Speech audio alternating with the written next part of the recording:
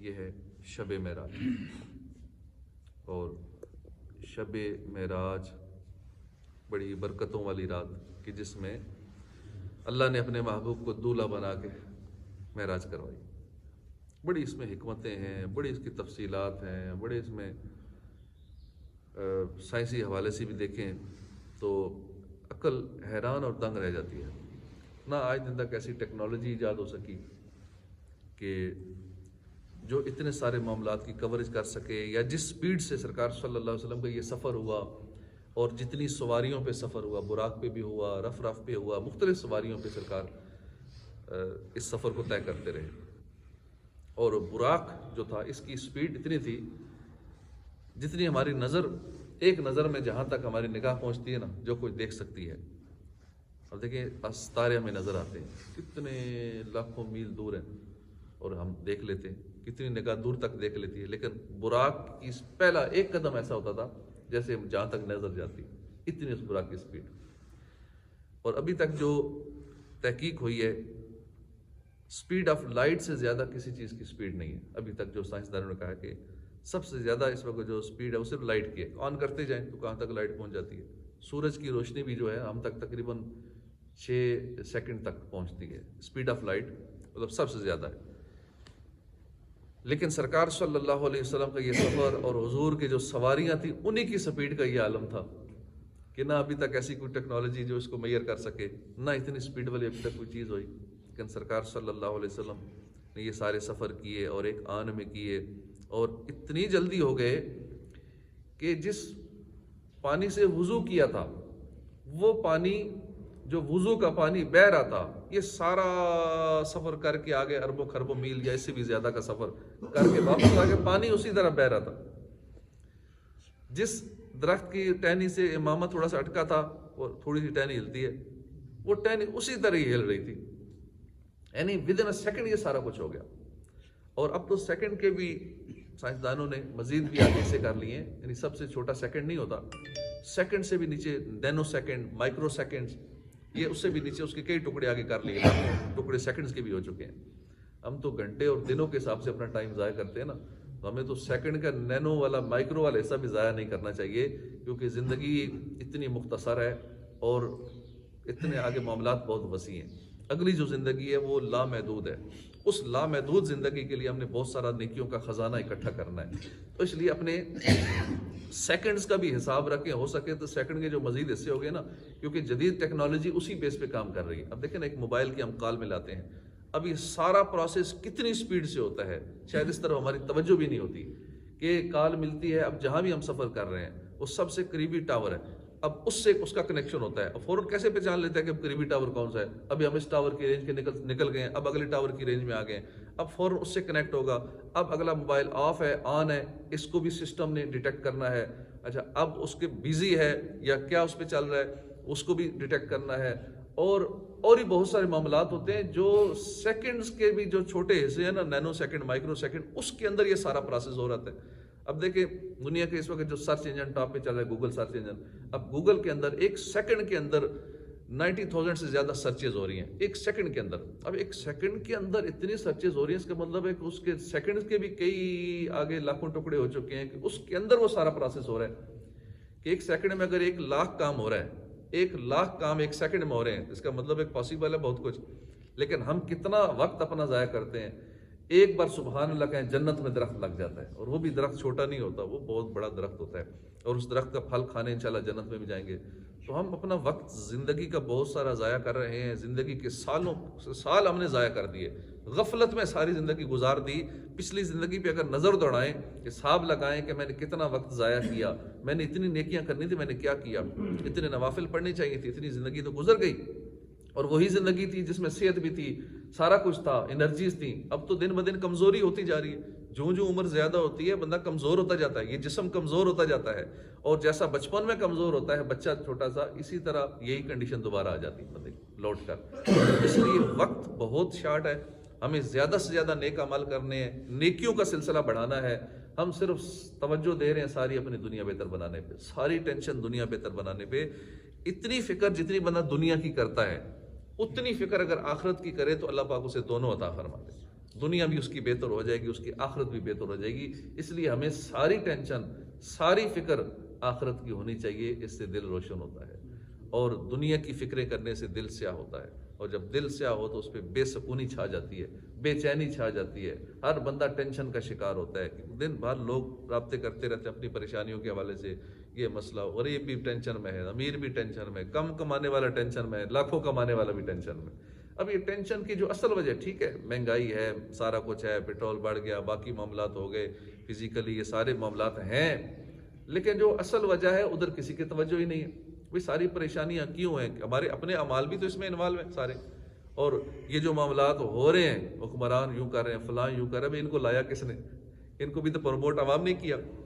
سارا دن انہی کو تو نیوز پہ دیکھتی رہتی ہے، انہی کو تو سوشل میڈیا پہ پروموٹ کر رہے ہیں. اور ان پچھلے دنوں میں جو سیاسی معاملات میں ہوا، یہ سب سے زیادہ مطلب جو چینل پروموٹ ہوئے، وہ چینل پروموٹ ہوئے جن پہ سیاست کی باتیں ہوتی تھیں. ساری قوم سیاست پہ لگی ہوئی ہے، انہی کو دیکھنے پہ لگی ہوئی ہے. اب اتنی دیر کوئی اللہ کر لیتی، اتنی دیر میں کچھ اپنی امپروومنٹ کر لیتی، کچھ اور اپنی انکم کے ذرائع بڑھا لیتی.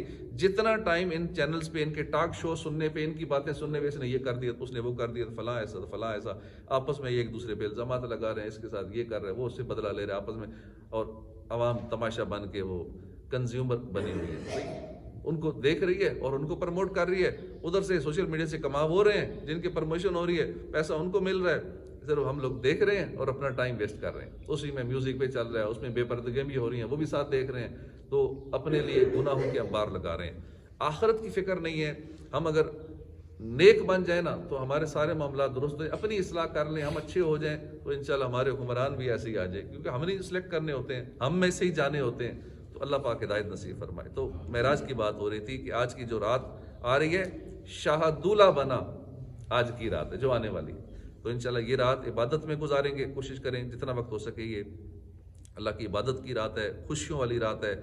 ہمارے آقا صلی اللہ علیہ وآلہ وسلم کو دولہ بنایا گیا، اور جنت کے مشاہدات اور دوزخ کے معاملات دیکھے اور بہت کچھ دیکھا. پیارے آقا صلی اللہ علیہ وسلم فرماتے ہیں کہ معراج کی رات میرا داخلہ جنت میں ہوا. میں نے دیکھا کہ اس کے سنگریزے موتیوں کے اور اس کی مٹی مشک کی تھی. پھر 4 نہریں دیکھیں، ایک پانی کی جو تبدیل نہیں ہوتا. یہاں کا پانی تو اس کا بو آ جاتی ہے، ذائقہ بدل جاتا ہے، رنگ بدل جاتا ہے، کچھ عرصہ ایک ہی جگہ اکٹھا رہے، تو وہ پانی ایسا ہے جو کبھی چینج نہیں ہوگا، ایسا صاف ستھرا پانی. دوسری میں نے دودھ کی دیکھی جس کا ذائقہ ہی نہیں بدلتا، دودھ کی نہر. یہاں دودھ 150-200 روپے کلو، وہ بھی شاید خالص نہ ہو، ملاوٹ والے ہی ملے، لیکن جنت کا دودھ بالکل خالص دودھ، اور نہریں جاری ہوں گی. اب نہ وہاں مہنگائی کی ٹینشن، نہ وہ سارے معاملات. اچھا، تیسری نہر شراب کی جو صرف لذت دیتی ہے، نشہ نہیں دیتی، کوئی نشہ نہیں اس کا. چوتھی اور پاکیزہ صاف ستھری نہر شہد کی دیکھی. شہد بھی کتنا مہنگا ہے، وہ بھی خالص ملنا تو بہت مشکل ہے. جنت کے انار جسامت میں ڈولوں کی طرح، پرندے اونٹوں کی طرح. اس میں اللہ نے اپنے نیک بندوں کے لیے ایسے ایسے انعامات تیار کر رکھے ہیں کہ جنہیں نہ کسی آنکھ نے دیکھا، نہ کسی کان نے سنا، اور نہ کسی انسان کے دل میں. یہ ساری باتیں سمجھانے کے لیے ہیں، ورنہ ہم دل میں گمان بھی نہیں کر سکتے کہ جنت کی نعمتیں کیسی ہیں. یہ تو سمجھانے کے لیے، چونکہ ہمارے سامنے یہ چیزیں مشاہدے میں آتی ہیں، ہمیں شاید اچھا لگتا ہے، تو سمجھانے کے لیے کیسا ذائقہ. وہ تو چکھیں گے وہاں کا شاید تو پتہ لگے گا نا وہاں کا جنت کا شاید کیسا ہے. وہ برج بطحا کا ماہ پارا، بہشت کی سیر کو ستارہ، چمک پتا خلد کا ستارہ، کہ اس قمر کے قدم گئے تھے. یعنی وادی مکہ کے چاند، مدینے کے چاند، مکے کے چاند جب معراج کی رات جنت میں تشریف لے گئے تو جنت کے مقدر کا ستارہ چمک اٹھا. جنت کے لیے بڑی خوش نصیبی تھی کہ حضور تشریف لے گئے. جنت میں مہتاب رسالت کے مبارک قدم لگ رہے تھے. سرور مقدم کی روشنی تھی کہ تابشوں سے ماہ عرب کی، جنا کے گلشن تھے جھاڑ فرشی، جو پھول تھے سب کمل بنے تھے. یعنی جب ماہ عرب کی جنت میں آمد ہوئی، روشنی روشنی پھیل گئی. یہ ساری روشنیاں عرب کے چاند کے رخ روشن سے پھوٹی تھی، اور ایسے عالم میں جنت کے پھول بھی خوب خوب کھل رہے تھے. جنت کی سیر کے دوران حضور نے ایک نہر دیکھی جس کے کناروں پر جوفدار یعنی اندر سے خالی کیے ہوئے موتیوں کے خیمے تھے، اس کی مٹی مشکی تھی۔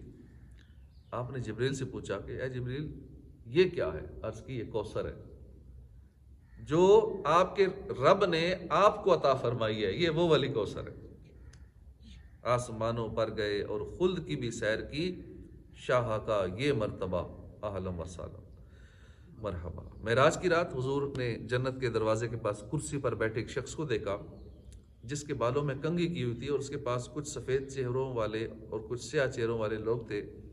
پھر وہ لوگ جن کی رنگت میں سیاہی تھی ایک نہر پر آئے اور اس میں غسل کیا، ان کا رنگ صاف ہو گیا۔ اس کے بعد وہ ایک اور نہر پر آئے، اس میں غسل کیا، ان کا رنگ اور صاف ہو گیا۔ اس کے بعد تیسری نہر میں غسل کیا تو ان کے رنگ ان کے باقی ساتھیوں کی طرح بالکل سفید ہو گئے، لہٰذا وہ اپنے ساتھیوں میں جا کے بیٹھ گئے۔ حضور نے پوچھا کہ اے جبرائیل یہ کون لوگ ہیں کہ جن کے چہرے پہ سفیدی ہے، سفید چہرے ہیں، اور وہ کون ہیں جن کی رنگت میں کچھ خرابی تھی؟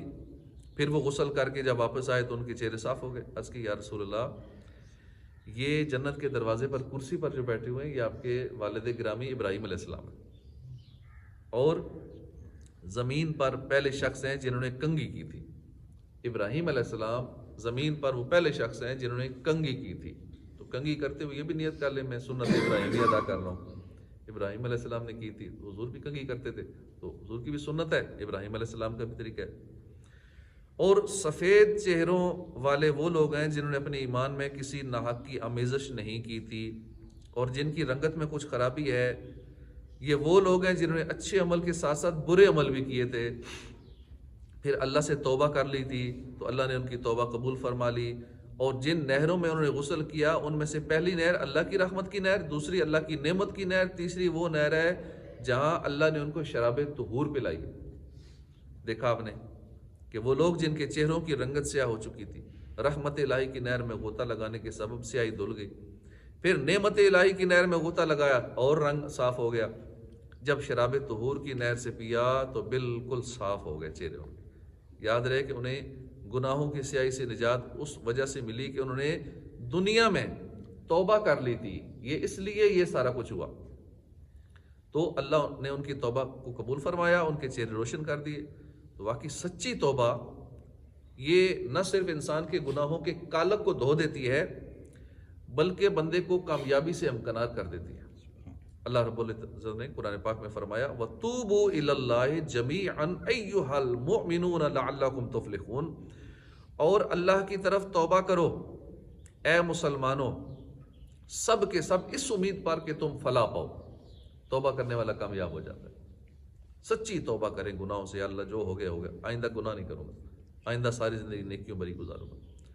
اللہ کی رحمت بہت وسیع ہے، ہر وقت گناہ گار کو اپنے سائے میں لینے کو تیار ہے۔ بندہ چاہے کتنا ہی بڑا گناہ گار ہو، اسے توبہ میں دیر نہیں کرنی چاہیے، ہرگز ہرگز اللہ کی رحمت سے مایوس نہیں ہونا چاہیے۔ خدائے بزرگ و برتر کی رحم و کرم کی کوئی انتہا نہیں، اپنے بندوں کے زمین و آسمان کے برابر گناہ ہو تو بھی وہ معاف فرما دیتا ہے۔ بس سچی توبہ ہونی چاہیے، اللہ توبہ کرنے والوں سے خوش ہوتا ہے۔ روز توبہ کریں، تہجد میں اٹھ کے گڑ گڑا کے رو رو کے توبہ کریں، یا اللہ آئندہ گناہ نہیں کروں گا، پچھلی زندگی کی جو ہو گئے معاف کر۔ سیدنا عبداللہ بن مسعود فرماتے ہیں کہ میں نے رسول اللہ صلی اللہ علیہ وسلم کو فرماتے سنا، بے شک اللہ اپنے مومن بندے کی توبہ سے اس شخص سے زیادہ خوش ہوتا ہے جو کسی ہلاکت خیز پتھریلی زمین پر پڑاؤ کرے، سواری بھی ساتھ ہو، اس پہ کھانے پینے کا سامان بھی لدا ہو، وہ ادھر سو جائے سر رکھ کر، جب بیدار ہو تو سواری غائب، اب اس کی تلاش کرے، سخت پیاس لگ جائے، پھر واپس تھک ہار کر اس جگہ پہ آ جائے، لیٹ جائے، اب وہاں سو جاتا ہے، اور سوتا بھی اس نیت سے مرنے کے لیے، کیونکہ اب تو نہ کہیں جا سکتا ہوں، میری سواری بھی نہیں ہے، نہ کھانے پینے کے لیے کچھ ہے، اب سوتا ہے مرنے کی نیت سے کہ اب تو مر جاؤں گا، تو سبب ہے ہی نہیں، کلائی پر سر رکھ کر مرنے کے لیے سو جائے، پھر جب بیدار ہو، اس کی سواری اس کے سامنے ہو، کتنی خوشی آ جائے گی، جان میں جان آ جائے گی، اور اس کی خوراک بھی موجود ہو، کھانے کی چیزیں موجود ہوں، تو اللہ عز و جل مومن بندے کی توبہ پر اس شخص کی سواری لوٹنے سے جو خوشی ہوتی ہے اس سے زیادہ اللہ خوش ہوتا ہے۔ میرے بندے نے توبہ کر لی، لیکن خوش تو ہمیں ہونا چاہیے نا کہ ہم توبہ کر رہے ہیں، اللہ ہمارے گناہ معاف فرما، اللہ خوش ہوتا ہے میرے بندے نے توبہ کر لی۔ شب معراج حضور کا گزر ایک ایسی وادی سے ہوا جہاں ٹھنڈی ٹھنڈی پاکیزہ ہوائیں چل رہی تھی، خوشبودار ہوائیں چل رہی تھی، اور آپ نے ایک آواز بھی سنی. پوچھا اے جبرائیل یہ کیسی ہوا ہے؟ ٹھنڈی ٹھنڈی پاکیزہ ہے، خوشبودار ہے، اور یہ جو آواز آئی ہے یہ آواز کیسی ہے؟ عرض کی کہ یہ جنت کی آواز ہے جو کہہ رہی ہے اے میرے رب مجھ میں رہنے والے لوگوں کو میرے پاس بھیج دے، اور ان کو جن کا تو نے مجھ سے وعدہ کیا ہے.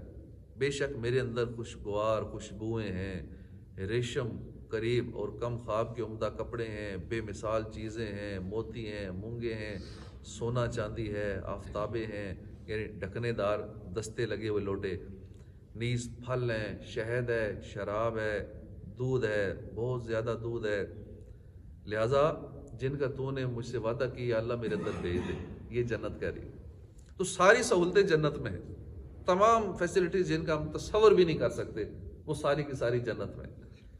اللہ نے اس سے فرمایا ہر مسلمان مومن مرد و عورت اور جو مجھ پر اور میرے رسولوں پر ایمان لائے نیک عمل کرے، جس کسی کو میرا شریک نہ ٹھہرائے، وہ تیرے لیے ہے. اور جو مجھ سے ڈرے میں اسے امن دوں گا، جو مجھ سے سوال کرے میں اسے عطا کروں گا، جو مجھے قرض دے. اب اللہ فرما رہا ہے جو مجھے قرض دے. قرض کیسے دیا جاتا ہے اللہ کو؟ اللہ کی راہ میں خرچ کر کے، صدقہ و خیرات کر کے، مسجد میں پیسے دے کر، نیک کاموں میں خرچہ کر کے، صدقات واجبہ ادا کر کے، صدقات نفل ادا کر کے، زکوٰۃ ادا کر کے. یہ ساری چیزیں اللہ فرمایا قرض، مال اسی کا ہی ہے. اب ہم کسی کو مال دینا، یہ 1,00,000 روپیہ ہے، اب ہم کہیں مجھے قرض دے دو، مال ہی ہمارا ہے، ہم کہہ رہے ہیں قرض دے دو. تو یہ اللہ کا کرم ہے کہ مال اسی کا دیا ہوا ہے اور وہی فرما رہا ہے کہ مجھے قرض دے دو، اور جو مجھے قرض دے میں اسے جزا دوں گا. مال دے کر فرما رہا ہے مجھے دے دو، میں تمہیں جزا دوں گا، اس کے بدلے میں تمہارا مال بھی بڑھا دوں گا، تمہیں جزا بھی دوں گا. لیکن ہمارا ذہن بنتا نہیں ہے کہ ہم اللہ کو قرض دیں، نہیں مال تھوڑا ہو جائے گا، یقین ہی نہیں آ رہا. اللہ پاک نے قرآن میں کتنی جگہ فرمایا، کتنے احادیث مبارکہ ہیں، حضور نے قسم کھا کے فرمایا صدقہ کرنے سے مال کم نہیں ہوتا، اللہ کی راہ میں دینے سے مال کم نہیں ہوتا، مال بڑھ جاتا ہے. ہمارے سامنے دنیا میں کتنی مثالیں موجود ہیں کہ فلاں کا مال بڑھ گیا کیونکہ اس نے اپنی آمدنی کا اتنے % اللہ کی راہ کے لیے فکس کیا ہوا ہے. بہت سارے ایسے نام ہیں، میں لے نہیں سکتا، ویڈیو بن رہی ہے، ان کی مشہوری ویسی ہو جائے گی، ویسی ہے ان کی. تو بہت سارے ایسے ہیں کہ جو اللہ کی راہ میں انہوں نے دیا، کاروبار کہاں سے کہاں نکل گیا. لوگ لائنوں میں لگے ہوتے ہیں، کئی پریشان ہے، کسٹمر نہیں آ رہا، کلائنٹ نہیں آ رہا، اور کئیوں کے کلائنٹ لائنوں میں لگے ہوتے ہیں مجھے چیز مل جائے، مال مل جائے. یہ کلائنٹ دینا، کسٹمر دینا، بزنس کو بڑھانا، یہ سب اللہ کے دستے قدرت میں. وہ چاہتا ہے تو سارا کام کہاں سے کہاں نکل جاتا ہے. لوگ خالی واٹس ایپ مارکیٹنگ کر کے پتہ نہیں کیا کچھ کما لیتے ہیں. وہ نہیں چاہتا تو آپ جو مرضی لگے رہیں، واٹس ایپ پہ لاکھوں لوگوں کو میسج کرتے رہیں، فیس بک مارکیٹنگ پہ لاکھوں روپیہ لگا دیں، دیگر سوشل میڈیا کے سارے پلیٹ فارمز کو یوز کر لیں. ایک گاہک بنانا، ان کے دل پھیرنا، یہ اللہ کے دستے قدرت میں ہے. جب ہم یہ جو وظیفے بتاتے ہیں کہ فلاں وظیفہ پڑھو یہ ہوگا، فلاں وظیفہ پڑھو تنگ دستی سے نجات ملے گی، فلاں وظیفہ پڑھو امیر و کبیر ہو جاؤ گے، یہ وظیفہ پڑھو تو یہ کچھ ملے گا، اور یہ اس ٹائم میں پڑھو. کیونکہ ہم کہ نہیں، ٹائم تو جس مرضی اللہ کا ذکر جب مرضی کر لیں، ذکر ہی کرنا ہے. جو ٹائم بتایا گیا نا اسی ٹائم وہ وظیفہ کرنا ہوتا ہے، اس میں کوئی حکمت ہوتی ہے. اب تالے کو مخصوص چابی لگتی ہے، کہنے یہ جو مرضی چابی ہے نا ساری لگا لیں تو نہیں لگے گی. اس کے ہر چابی کے دندانے ہوتے ہیں، اور مخصوص تالے کے لیے مخصوص چابی ہوتی ہے. اسی طرح مخصوص مسئلے کے لیے، مخصوص معاملے کے لیے خاص وظیفہ ہوتا ہے. اور کہ نہیں 100 بار بتایا تو میں نے تو 102 بار پڑھ لیا، 101 بار پڑھ لیا، فالتو پڑھ لیا. ایک دندانہ فالتو ہو جائے تالا پھر بھی نہیں کھلتا، ایک دندانہ کم ہو جائے تو پھر بھی نہیں کھلتا، اتنے پورے ہونے چاہیے پھر وہ چابی لگتی ہے. تو اس لیے جو وظیفہ بتایا جاتا ہے کہ یہ چیز اتنی بار پڑھیں، اللہ کا نام ہے یہ اتنی بار پڑھیں، اس کی یہ برکت، تو وہ اتنی بار ہی پڑھیں اور ریگولر پڑھیں. اور بظاہر فائدہ نہیں ہوتا کہ میں اتنے دن سے پڑھ رہا ہوں ابھی تک امیر نہیں ہوا، اتنے دن سے پڑھ ابھی تک مال آئے نہیں، کچھ جاب نہیں لگی، کاروبار نہیں شروع ہوا، کاروبار چل نہیں رہا. بھائی نیت ہی صرف یہ تھی، اللہ کے ذکر کی بھی نیت کر لو ساتھ کہ اصل مقصد ہے میں اللہ کا ذکر کی نیت سے یہ کروں گا. ٹھیک ہے، اس کا ضمناً فائدہ اللہ نے دینا ہے، بزرگوں نے یہ فرمایا کہ صحیح ہوتا ہے، تو یا اللہ تو دے دے، تو کریم ہے. نہیں بھی دے گا تو میں اور کہاں جاؤں گا، میں پھر بھی یہ کرتا رہوں گا، تو پھر دیکھیں ملتا کیا کچھ ہے. وہ جنت میں یہ سارا کچھ ہے. ہمیں اللہ پہ توکل کرنا چاہیے. اور اللہ پاک نے فرمایا کہ جو مجھے قرض دے، مجھ پر توکل کرے، میں اسے کفایت کروں گا. یعنی ایک تم اللہ کی راہ میں خرچ کرے، میں اسے جزا دوں گا، میری راہ میں خرچ کرے، مجھے قرض دے۔ پھر فرمایا کہ جو مجھ پر توکل کرے، قرض دے، مجھ پہ توکل کرے، میں اس کے لیے کافی ہوں۔ اب جتنی بھی مہنگائی ہو جائے، کچھ بھی ہو جائے، جب اللہ کافی ہے تو وہ اتنے ذرائع بھی بڑھا دے گا، اتنی آمدنی بھی بڑھائے گا۔ آمدنی پہلے اگر 30,000 تھی، پٹرول 300 روپے تھا، تو پٹرول 600 روپے ہو جائے، اللہ اس کی آمدنی 60,000 کر دے گا، ٹھیک ہے، آمدنی بڑھ گئی اس حساب سے۔ اب پہلے دور میں جس کی تنخواہ، جیسے ایک بندہ اس کی تنخواہ 5,000 ہوتی تھی، آج اسی بندے کی تنخواہ 50,000 سے اوپر ہے، 60-70,000 ہے۔ اب جس حساب سے مہنگائی اوپر جا رہی، چیزیں کاسٹلی ہو رہی ہیں، اسی حساب سے آمدنی بھی تو بڑھ رہی ہے نا۔ اب آمدنی کو نہیں دیکھیں گے آمدنی بڑھ گئی، صرف یہ دیکھیں گے چیز مہنگی ہوگی۔ بھائی پہلے دور میں 50 سال پہلے تو چینی کا یہ ریٹ تھا، اب دیکھیں چینی کا کیا ریٹ ہو گیا ہے۔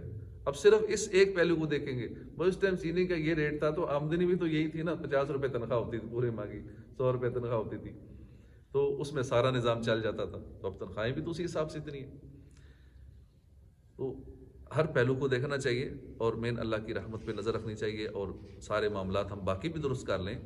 اور اوورآل ٹھیک ہے، پرابلم ہے، چل رہی ہے، اور وہ بہت ساری غلطیاں ہیں جو ہمارے حکمرانوں کی عیاشیاں ہیں نا۔ میرے والد صاحب فوج جو میں تنخواہ سے 20 روپے، ہاں دیکھو 20 روپے تنخواہ تھی، اب اس میں 1-2 پیسوں کی بھی کتنی چینی آ جاتی ہوگی، سامان آ جاتا ہوگا، تو پیسوں کے حساب سے تو اب تو 10 روپے کی بھی اہمیت نہیں ہے۔ انہوں نے تو جو نا ایک افسر ماریا گیا سی نا، تو پھر انہوں نے کاٹ چھوڑیا۔ اس طرح کے مطلب ہر پہلو سے دیکھنا چاہیے اور اللہ کا شکر ادا کرنا چاہیے۔ ٹھیک ہے، اللہ کا شکر ہے، دیر ہے کھانا، سلسلہ سارا چل رہا ہے۔ ہاں باقی جو معاملات ہیں خراب کیوں ہے، اوپر کے معاملات وہ بھی خراب ہم نے کیے ہیں، عوام نے کیے ہیں۔ ان کو اسمبلی میں کون لاتا ہے؟ عوام لاتی ہے۔ اب جیسی عوام ہوگی، جیسا ان کا مائنڈ سیٹ ہوگا، اسی طرح کا بندہ اوپر لائیں گے۔ جب اوپر لائیں گے تو وہی ان کی سزا ہوگی۔ ایسا ظالم بھی ان کو ساتھ، ظالم حکمران بھی یہ سزا ہوتی ہے اپنے اعمال کی، جیسے لوگ ہوتے ہیں۔ اس لیے ایک ایک فرد کی جب اصلاح ہو جائے گی، پورا معاشرہ ایک مدنی معاشرہ بن جائے گا، ایک دینی ماحول کریٹ ہو جائے گا، تو اب وہ ایسوں کو ہی چنیں گے، ایسوں کو ہی اوپر لائیں گے، تو اس طرح کر کے نظام ٹھیک ہوگا۔ اور پھر جب ایسے اوپر لائیں گے نا کہ جن کی عیاشیاں ختم ہو جائیں گی، عمر بن عبدالعزیز ایسے حکمران جو ان کو فالو کرنے والے ہوں گے نا، کہ پہلے امیر تھے، حکمران بننے سے پہلے، بادشاہ بننے سے پہلے عمر بن عبدالعزیز امیر و کبیر تھے، اپ ٹو ڈیٹ تھے، فیشن ان سے شروع ہوتا تھا، ایسے فیشنیبل تھے۔ لیکن جیسے ہی عہدہ ملا، خلافت ملی، حکمران بنے، جو کچھ تھا بیت المال میں جمع کرا دیا۔ یہاں تو جو ہوتا ہے وہ کھانے کے لیے آتے ہیں، کہ جو بیت المال میں جمع ہے وہ سارا۔ ابھی کانفرنس ہوئی جنیوا میں، جو اب انہوں نے امداد نہیں دی۔ انہوں نے امداد کیوں نہیں دی؟ انہوں نے جب سارا سروے کیا، بھائی ان کے حکمرانوں کو یا ان کے جو بڑے سرکاری افسران ہیں یا دیگر بڑے عہدیداران ہیں، ان کو اتنے اربوں کی سبسڈی دی جا رہی ہے، اس کا مطلب ان کے پاس بڑا پیسہ ہے کہ ان کو سبسڈی دے رہے ہیں، غریبوں کو لٹ رہے ہیں، دب رہا ہے غریب بندہ، اور اوپر والوں کو سبسڈی دی جا رہی ہے، ان کو اتنی سبسڈی، اس کو اتنی سبسڈی، اس کا مطلب ان کے پاس پیسہ بہت ہے، سبسڈی دے رہے ہیں تو ان کی امداد نہ کرو۔ انہوں نے قرضہ دیا جو واپس کرنا ہے، امداد نہیں کی سارے ملکوں نے۔ یعنی ایسی ہماری بدنامی ہو چکی ہے، کیونکہ امیر وہ ہے اوپر والے، کھلی ان کی عیاشیاں، سرکاری گاڑیاں لاکھوں کی تعداد میں ہیں، اور ان کے جو پیٹرول کے اخراجات جو فری میں ان کو ایشو ہوتا ہے پیٹرول، اور وہ سارے عیاشیاں کیے جا رہے ہیں، رول رہی ہے عوام، پریشان ہو رہی ہے۔ تو اصل توجہ ادھر دینا، تو سارے قرضے بھی چند ماہ میں سارے قرضے اتر جائیں، ان بڑوں کی عیاشیاں ختم کر دیں، اور یہی مال قرضے اتارنے پہ لگائیں، پھر غریبوں کو اس پہ لگائیں، عوام پہ لگائیں، تو سارا مسئلہ ہی حل ہو جائے۔ لیکن اس طرف توجہ نہیں دے رہے، عوام سے نکلوا کے قرضہ دینا ہے، قسط دینی ہے، عوام پہ ٹیکس لگا کے پیسہ نکلوا کے قسط دینی ہے، تو یہ سارے معاملات بڑی تفصیل ہے۔ اللہ ہدایت نصیب فرمائے۔ ہم جب اپنی اصلاح کر لیں گے، معاشرے میں ایک ایک فرد کی اصلاح کی کوشش کریں گے، تو انشاءاللہ تمام تر معاملات ہمارے درست ہو جائیں گے۔ فرد سے بنتا ہے معاشرہ، ہم کوشش کرتے ہیں سارے ٹھیک ہو جائیں، سارے ٹھیک ہو جائیں، وہ غلط، یہ کہتے ہیں بھائی میں تو ٹھیک ہو جاؤں، اپنے آپ کو معاشرے میں شاید شامل ہی نہیں کرتے۔ جب اپنی اصلاح ہو جاتی ہے نا، تو پھر باقی معاملات سارے ٹھیک ہو جاتے ہیں۔ میں ٹھیک ہو جاؤں، پھر ایک ایک فرد کو میں درست کرنے کی کوشش کروں، جب ایک ایک فرد صحیح ہو جاتا ہے سارا معاشرہ ٹھیک ہو جائے گا، تو انشاءاللہ نظام بھی ٹھیک ہو جائے گا۔ تو پہلے کوشش کریں، جب اپنے 6 فٹ کے جسم پہ میں اسلام نافذ نہیں کر سکتا، اپنے آپ پہ میرا کنٹرول نہیں ہے، میں اپنے آپ کو اپنی بات منوا نہیں سکتا، تو میں کوشش کرتا ہوں سارے میری بات مان لیں، جو میں کہوں ویسا ہونا چاہیے۔ بھائی پہلے اپنے آپ کو تو منوا لو، پہلے اپنے آپ کو تو ٹھیک کر لو، اس 6 فٹ کے جسم کو تو ٹھیک کر لو، تو اللہ پاک عمل کی توفیق عطا فرمائے، ہدایت نصیب فرمائے۔ آمین بجاہ النبی الامین صلی اللہ تعالی علیہ وآلہ وسلم۔